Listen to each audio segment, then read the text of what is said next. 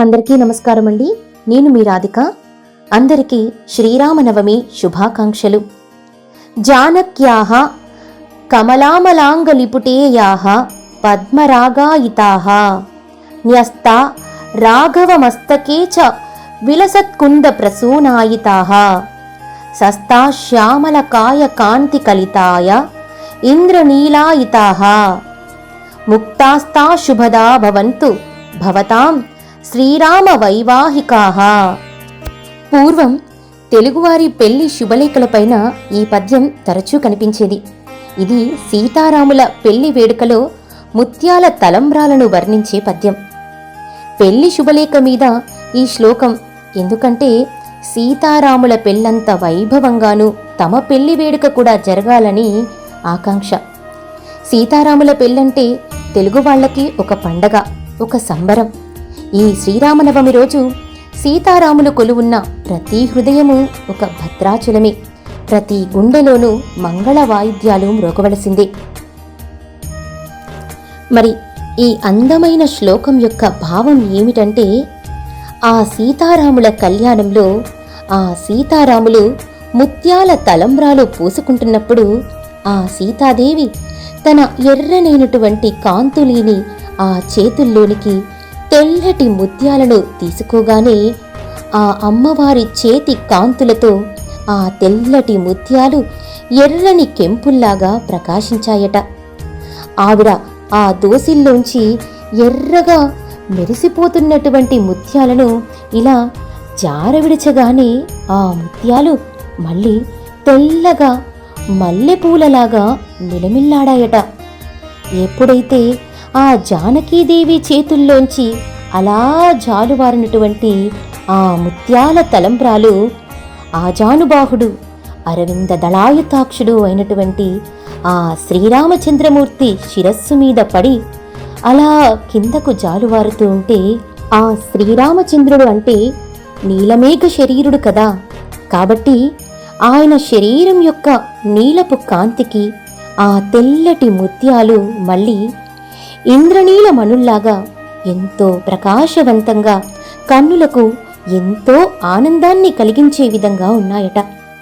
ఈ విధంగా సీతారాముల కళ్యాణంలోని ఆ తలంబ్రాలు ఈ 14 భువనాల్లోని భక్తజనులందరికీ కూడా అశేషమైన శుభాలను, అనంతకోటి సుఖాలను ప్రసాదించుగాక అని ఈ శ్లోకం యొక్క భావం. మరి ఒక అందమైన, అద్భుతమైన, కమనీయమైన, రమణీయమైన, అజరామరమైనటువంటి చక్కటి సీతారాముల కళ్యాణం గురించి మనము ఈరోజు తెలుసుకుందాము. మనందరికీ కూడా చాలా చాలా ఇష్టమైన అవతారము ఆ రామావతారం. విష్ణుమూర్తి యొక్క దశావతారాల్లో ఈ అవతారం చాలా ప్రత్యేకమైనదని, విశిష్టమైనదని చెప్పుకోవచ్చు.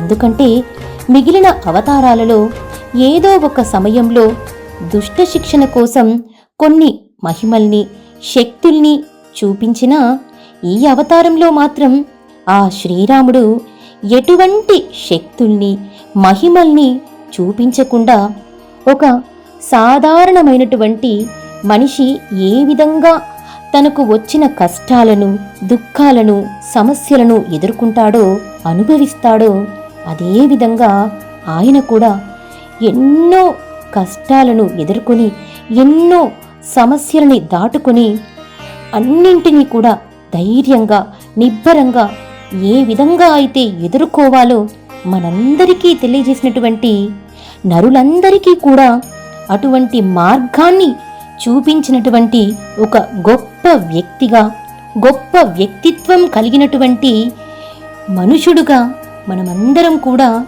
ఎలా బ్రతకాలో మనకు దారి చూపినటువంటి ధీరోదాత్తుడు, పురుషోత్తముడు, సకల గుణాభిరాముడు ఆ శ్రీరామచంద్రుడు. ప్రతి సంవత్సరం చైత్ర శుద్ధ నవమి పునర్వసు నక్షత్రం కర్కాటక లగ్నంలో మనము శ్రీరామనవమిని జరుపుకుంటూ ఉంటాము. అదే రోజు సీతారాముల కళ్యాణాన్ని కూడా జరిపిస్తారు. అయితే మనందరికీ అంటే చాలామందికి ఒక సందేహం ఉంటుంది.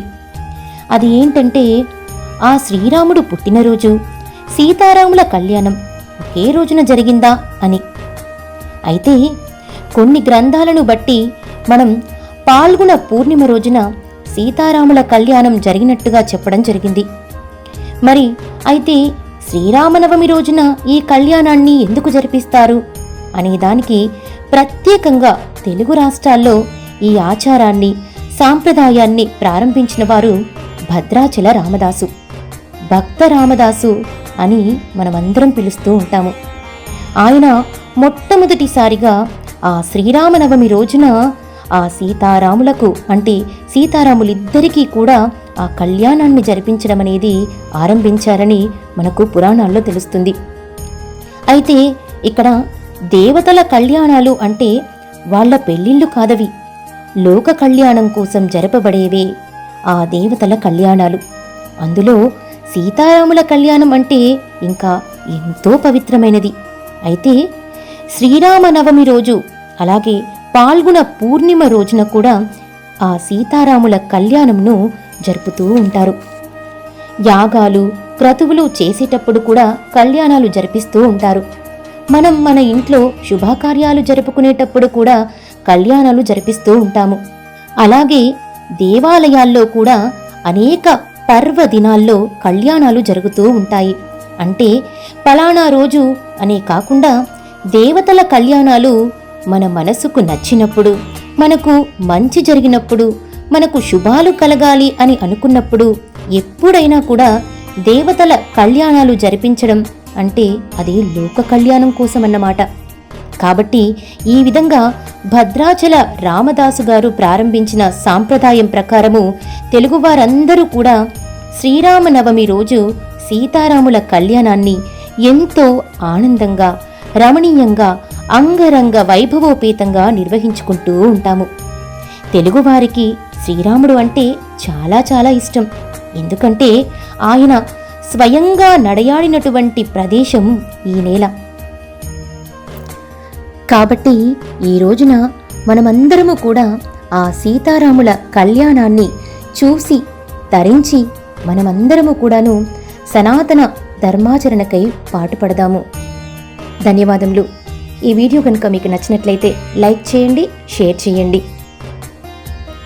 ఇంకా ఎవరైనా నా ఛానల్ని సబ్స్క్రైబ్ చేసుకుని వాళ్ళు ఉంటే వెంటనే సబ్స్క్రైబ్ చేసుకుని బెల్ ఐకాన్ని ప్రెస్ చేయండి.